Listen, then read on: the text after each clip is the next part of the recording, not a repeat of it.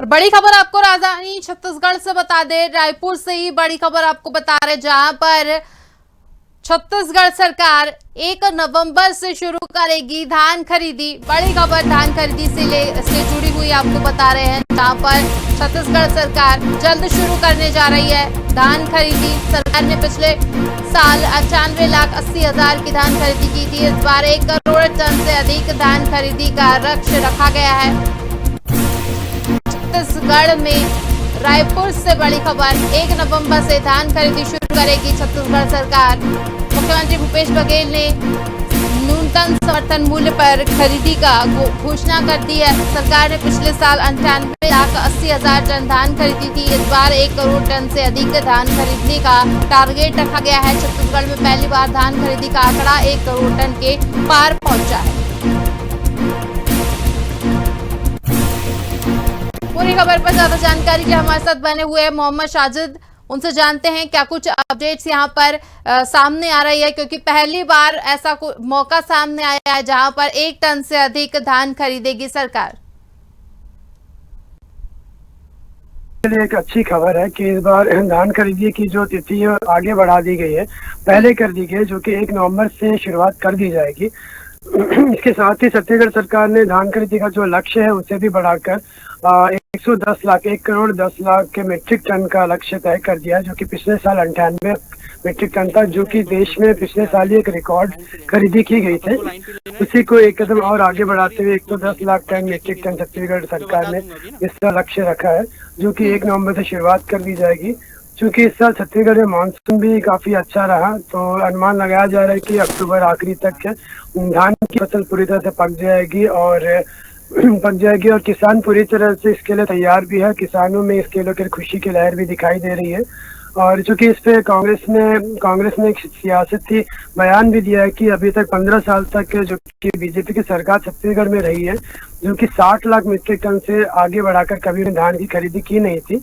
चूंकि जब से छत्तीसगढ़ में कांग्रेस की सरकार आई है, तो 3 सालों में इस लक्ष्य को आगे ही बढ़ाया गया, जो कि पिछले साल रिकॉर्ड 98 टन खरीदी की गई। तो उस रिकॉर्ड को भी तोड़ते हुए 110 लाख टन की खरीदी इस साल छत्तीसगढ़ सरकार धान की खरीदी करेगी।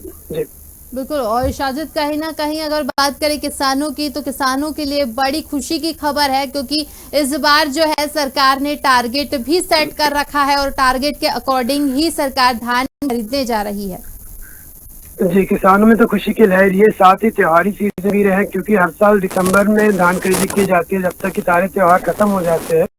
तो इस बार त्योहार दिवाली में ही पड़ रहे हैं, तो दिवाली वगैरह जो त्योहार जो पड़ रहे हैं, तो धान खरीदी का समय भी आसपास ही रहेगा। तो किसानों के लिए एक तरह से अच्छी खबर ही है।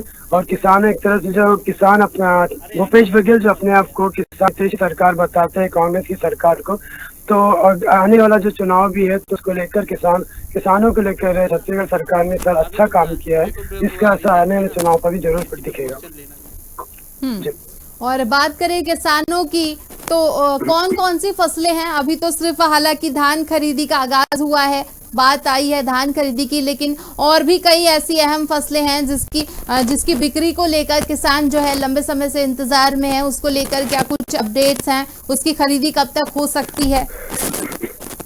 जी, फिलहाल तो धान जो कि छत्तीसगढ़ चूंकि धान का कटोरा माना जाता है, चावल का कटोरा माना जाता है, तो सबसे अहम फसल तो चावल की है, धान की है। तो उसको लेकर हर साल नियम बनाए जाते हैं, हर साल रेगुलेट बनाए जाते हैं। तो उसी कड़ी में धान को लेकर ही किया गया है। तो बाकी और भी जो फसलें होते हैं, जो कि मौसमी फसलें हैं, तो उनको लेकर बैठ के जो कि कृषि मंत्री रविंद्र चौबे ये बैठ के कर ही रहे अधिकारियों के साथ में, तो सभी को लेकर निर्णय लिए जाएंगे। तो फिलहाल धान को लेकर एक बड़ा निर्णय आया है, जो कि बड़ा रकबा जो कि धान का छत्तीसगढ़ में किया जाता है। तो किसानों के लिए अच्छी खबर है और किसानों के लिए जल्दी इसे बिक्री का समय दिया गया है।